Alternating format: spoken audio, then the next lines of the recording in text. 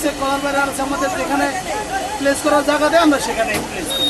আমরা তো রাস্তা আটকায় নিয়ে গাড়ি চাপাই না স্যার, আমাদের প্লেস করার জায়গা আছে, যেরকম ডাইন সেন্টার, যাত্রী সেবা, সেলফি, নীলাচল চলে যায়, আমরা তারপর প্লেস করি। আবার বাম পাশে আছে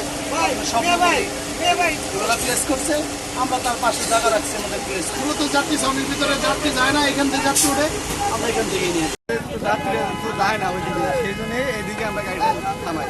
ওইদিকে তো যাত্রী তো যাইতে চায় না।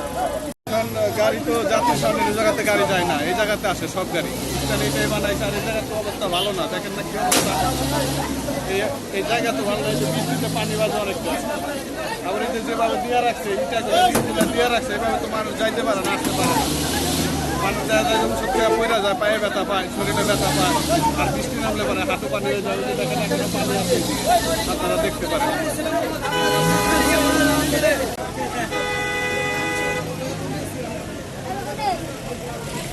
যাত্রী ছাউনিটা আসলে যাত্রীদের উদ্দেশ্যে বানানো হয়েছে। দূর দূরান্তের যাত্রীরা আসবে, গাড়ি সেখানে পার্কিং করবে, যাত্রীরা গাড়ি দুটি চলে যাবে। কিন্তু ফ্যাসিস্ট সরকারের আমলে এই যাত্রী ছাউনিটা, টার্মিনালটাকে এমন ব্যবস্থা করে রেখেছে তারা, যাত্রী ছাউনি বৃষ্টি হইলে মানে বাইরে যত বৃষ্টি পড়ে তার চেয়ে বেশি যাত্রী ছাউনির ভিতরে পড়ে, মানে সংস্কার করা হয় নাই। এবং টার্মিনালেও অবস্থা বেহাল, একটু পানি বৃষ্টি হইলেই পানি জমে থাকে। তো আমি দাবি রাখবো যে মালিক সমিতির সভাপতি হিসাবে, যে আমার যাত্রীরা যেন যাত্রী ছাউনিতে বসতে পারে, তারা যেন স্বস্তির সাথে গাড়িতে উঠে তারা যাত্রা করতে পারে।